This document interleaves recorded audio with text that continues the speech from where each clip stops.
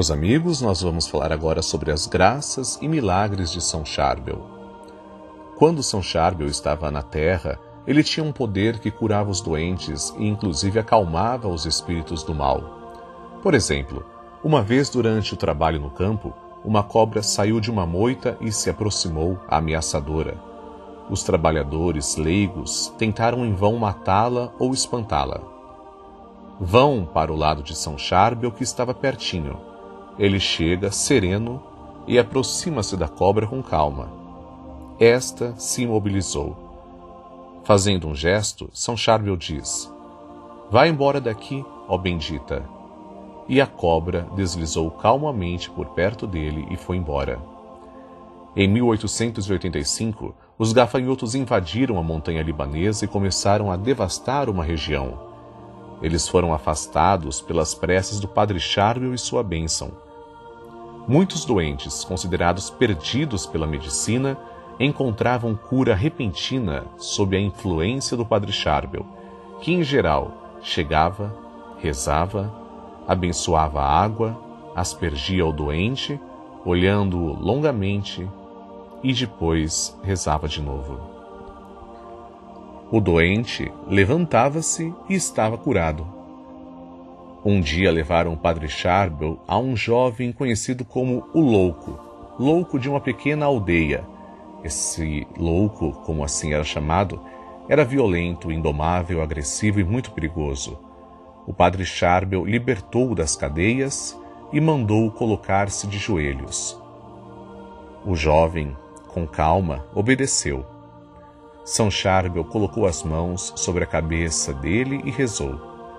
Terminando a oração, aquele jovem, que antes era tido como louco, estava totalmente curado. Estes foram alguns favores e milagres que Deus operou por intercessão e na vida do Padre Charbel. Após a sua morte, o primeiro fenômeno extraordinário se realizou algumas semanas depois do seu sepultamento, quando luzes estranhas começaram a aparecer à noite sobre seu túmulo.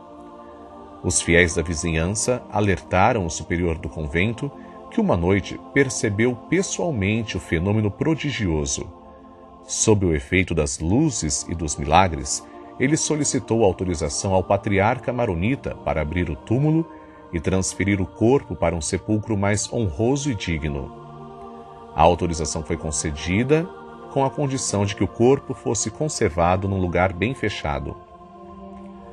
Conforme as recomendações patriarcais, o túmulo foi aberto pela primeira vez no dia 15 de abril de 1899, na presença de 7 testemunhas, incluindo as pessoas da comissão eclesiástica. Então, o segundo fenômeno prodigioso: o corpo estava intacto.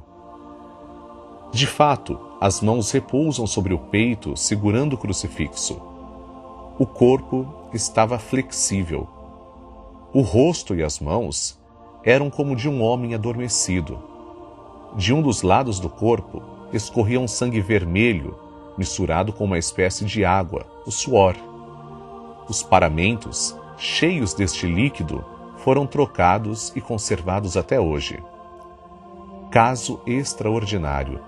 Este líquido sempre escorreu de seu corpo até a sua beatificação em 1965. Às vezes, o líquido atravessava as paredes do túmulo.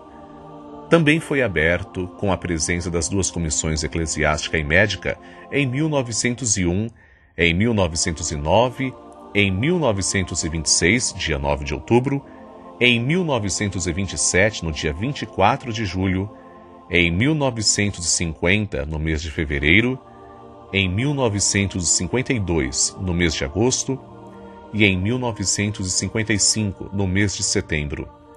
O corpo estava sempre flexível e sempre transpirando, e cada vez os paramentos molhados foram trocados e conservados no Museu de Nosso Santo. Um maronita conta que, pessoalmente, foi testemunha ocular deste fenômeno que nem os médicos, cientistas especialistas conseguiram explicar. Em 1952, o corpo foi exposto durante 2 semanas em um mosteiro para que os fiéis pudessem ver o corpo conservado. milhares foram visitá-lo e essa pessoa que testemunha foi uma das 3 responsáveis pelo corpo exposto e via os fiéis que passavam das 7 horas da manhã às 7 horas da noite em frente ao corpo durante 14 dias, fazendo fila ininterrupta, e cada um só podia recitar um Pai Nosso e uma Ave Maria. É interessante revelar que entre os favorecidos pelos milagres existem ortodoxos, muçulmanos, drusos, entre outros. Mas dentre os numerosos milagres que ocorreram pela intercessão de São Charbel, 2 foram considerados e analisados para a beatificação: a da irmã Maria Abel Camari, libanesa da Congregação dos Sagrados Corações de Jesus e Maria, que durante 14 anos sofreu de uma úlcera estomacal, e o caso de Alexandre Obeid, libanês, que perdeu a vista ao receber um golpe no olho direito. Estas 2 curas milagrosas aconteceram no ano santo de 1950.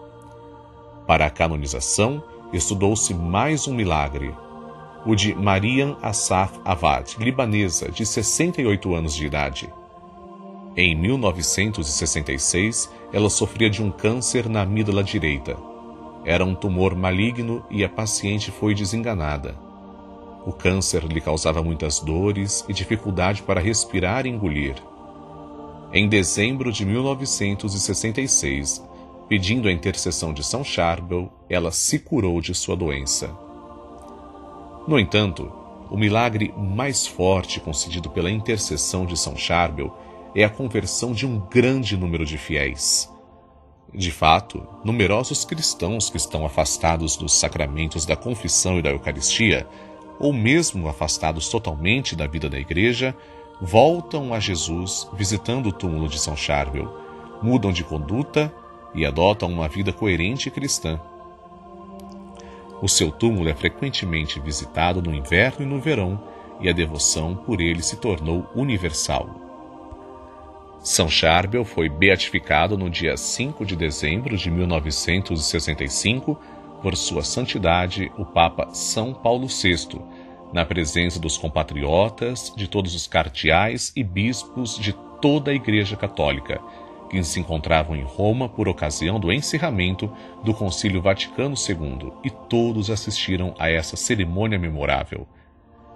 No dia 9 de outubro de 1977, o mesmo Papa, São Paulo VI, canonizou São Charbel, declarando o Santo do Líbano, santo para a Igreja Católica, durante o Sínodo dos Bispos. São Charbel, rogai por nós.